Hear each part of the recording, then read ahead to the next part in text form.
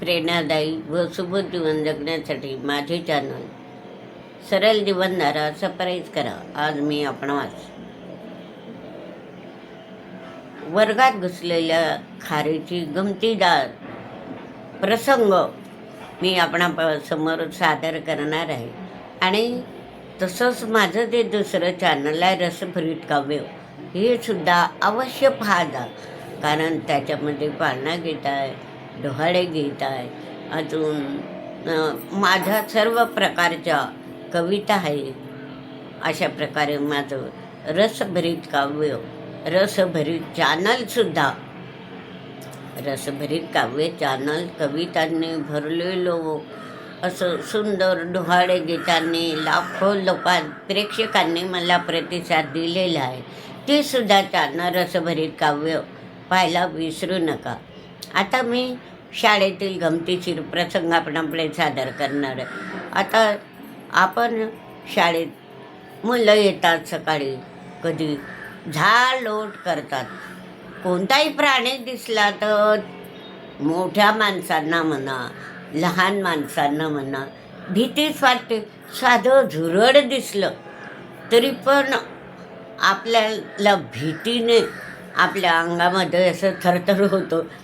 झुरड दिसलं तरी पण, तर मग असं साप काही दिसलं तर मग आपली तर तारांबळच उडते. तर अशा प्रकारे एक दिवस आमच्या शाळेचा परिसर म्हणजे असा झाडांनी, थोडे झाडं गिडं व्यवस्थित असा नटलेला होता. तिथे एक भलं मोठं चिंचेचं झाड होतं आणि त्या झाडाला खूप चिंचा यायच्या.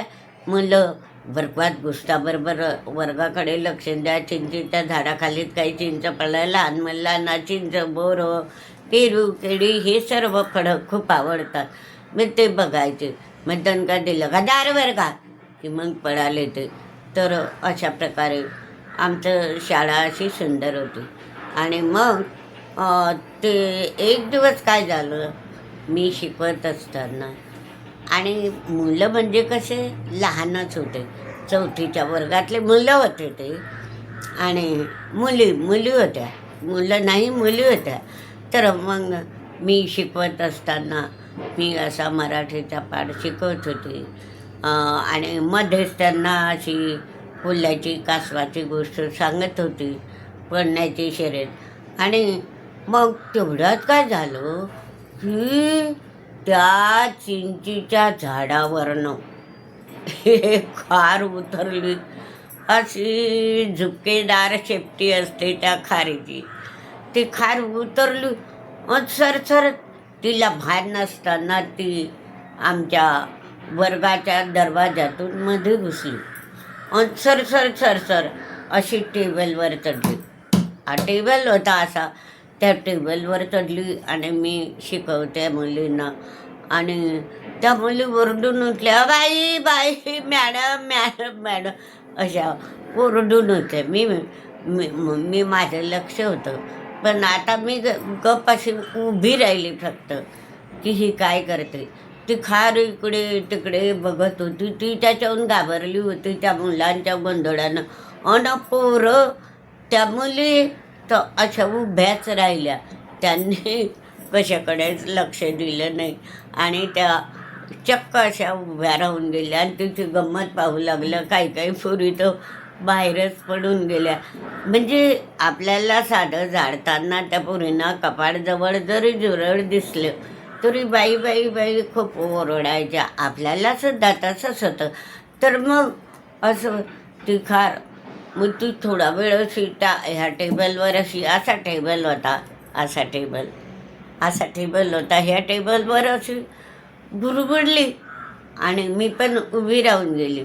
मग लगेच ती सर त्या टेबलच्या पायावरून खाली उतरली आणि अशी झुपकेदार शेपटी असते तिची, ती झुपकेदार शेपटी, आणि ते अशी सुरकन बाहेर निघून गेली आणि सरसर त्या चिंचीच्या झाडावर चढली. आणि अशी मागे वळून पाहते, पोरी मुली खो खो खो हसता आहे. काही मुली बाहेर ती बाहेर पडाली तर तिच्या मागेच बाहेर पडाल्या आणि खो खो हसायला लागल्या, बघा ग बघा ग तिची शेपटी कशी आहे. आणि ती आपली बिचारी अशी बागे वळून पाहत आहे त्यांच्याकडे आणि तिला आपला जीव घेऊन पळायचं पडलं की आपण कुठून या मुलींमध्ये घुसलो आणि आलो गड्या. आपल्याला जर मारलं गिरलं ही प्राण्यांना सुद्धा भीती असते. मग ती अशी मागे वळून पाहत आहे आणि सरसर त्या झाडावर चढली. झुपकेदार शेपटी हलवायची, मागे वळून पाहायची, पुरी गमतीनं ओ खारी ग खारी खारी ग खारी का अशा करायच्या. तर आम्हाला सुद्धा नवल वाटलं आणि मग थोड्या वेळाने ती खार तिथे निघून गेली आणि एकदम वर्गामध्ये असा खो खो खो हशा पकला. आणि मधली सुट्टी झाल्यावर त्या प्रसंगाचं त्या मुलींजवळ सुद्धा त्या मुलींनी वर्णन केल्या आणि त्यासुद्धा खूप हसायला लागल्या. तर असं दिवसभर त्या शाळेच्या आवारामध्ये मुली मग ते खार दिसली की खारी ग खारी खारी ग खारी अशा करायच्या. आणि मग इतर मुली मधल्या सुट्टीमध्ये जमल्या आणि मग असं त्यांचं हसायला पारावार राहिला नाही.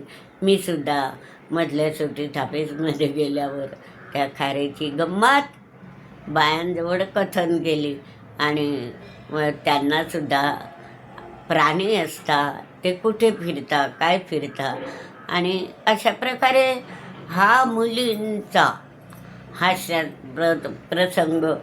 आणि आम्हालासुद्धा त्या गोष्टीचं ती खार थरथरच्या पायावरून चढून टेबलवरच्या टोकावर बसली.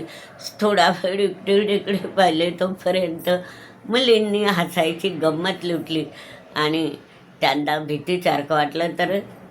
तर अशा प्रकारे बायांनाही हसू आलं आणि मुलींनाही तितका वेळ असा करमणूक झाली आणि हास्यास्पद प्रसंग त्या खारीमुळे निर्माण झाला. आणि खो खो खो खो खो खो सारी मुली हसत राहिल्या आणि असं म्हणायच्या, बाई अजूनही हिंकाटे मॅडम अजूनही हिंकाटे आपल्या वर्गात. म्हटलं नाही आता काही येणार नाही. आणि आले तर ते प्राणी आहे, ते केव्हा येतात केव्हा जातात हे आपण काही सांगू शकत नाही. तर कोणताही प्राणी थोडी हिंमत धरायची असं त्यांना मी समजूत घातली. पण लहान मुलं असतात त्यांना आपल्या समजुतीचा काही परिणाम होत नाही, कारण त्यांच्या मनावर भीतीचंच वातावरण भिमलेलं असतं. लहान असतात ते प्राण्यांना घाबरतात. एखादा गांडूळ दिसला तरी साप साप म्हणून त्याला घाबरतात आणि ते तर मग खार होती एवढी मोठी झुरळाला घाबरतात. तर अशा प्रकारचा हास्यास्पद प्रसंग माझ्या शाळेतील आणि माझ्या मुलींचा मी आपणापुढे सादर केला आहे. हा अवश्य पहा आणि हा व्हिडिओ लाईक व शेअर करा.